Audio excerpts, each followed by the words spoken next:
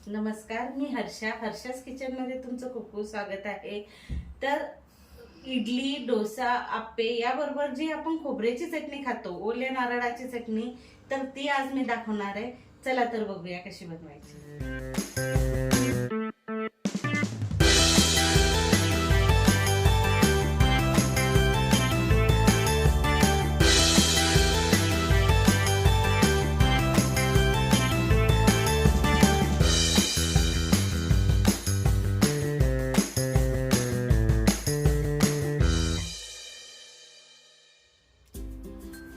तर चला तर आपण इडल्यांबरोबर जी चटणी लागते, हिरवी चटणी जी खोबऱ्याची असते, ते बघणार आहोत।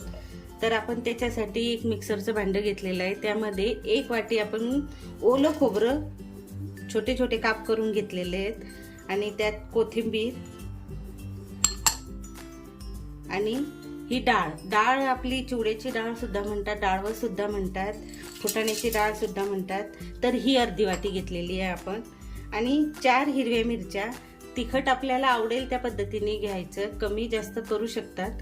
हिरवी मिरची 4 घेतलेली आहे, लसूण पाकळ्या 4 घेतलेले आहे आणि छोटा म्हणजे चिंचेचा तुकडा घेतलेला आहे आणि आपल्याला अर्धा चमचा साखर घालायची, अर्धा चमचा साखर। तर आता आपण हे पाणी घालून मिक्सरला छान बारीक करून घेऊया। तर अशा पद्धतीने आपली चटणी बारीक वाटून घ्यायची आहे। मी एका बाउलमध्ये काढून घेते ती।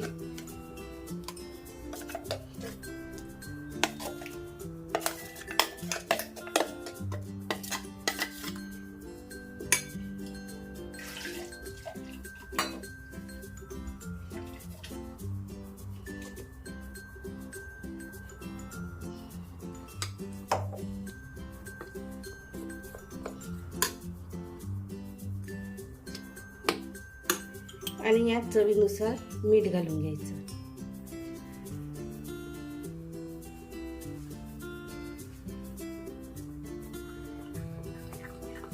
हे छान एकजीव करून घ्यायचं। आता आपण याला तडका देऊन घेऊया।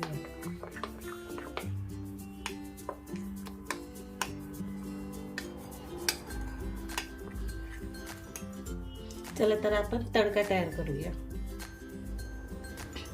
तडका पॅन मध्ये आपण तेल घेतलेलं आहे, 2 चमचे मी तेल घेतलेलं आहे।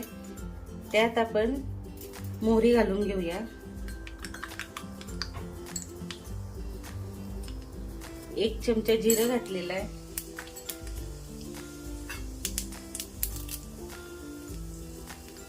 आणि कढीपत्ता घालायचा।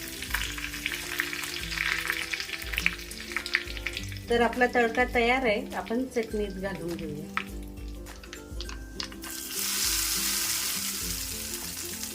तर अशा पद्धतीने आपली चटणी तयार आहे।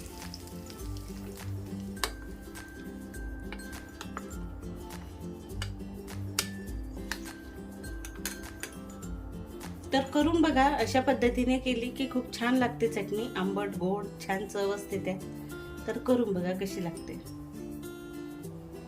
तर ओल्या नारळाची चटणी आपली तयार आहे। चटणी खूप छान लागते, अशा पद्धतीने करून बघा, तुम्हालाही नक्की आवडेल। तर रेसिपी आवडल्यास लाईक करा, शेअर करा, कमेंट करा आणि सबस्क्राईब नक्की करा। बेल आयकॉनचं बटन दाबा, म्हणजे मी पुढे काय रेसिपी टाकणार आहे हे तुम्हाला नक्की कळेल। आणि सबस्क्राईबचं बटन फ्री मध्ये आहे, नक्की दाबा।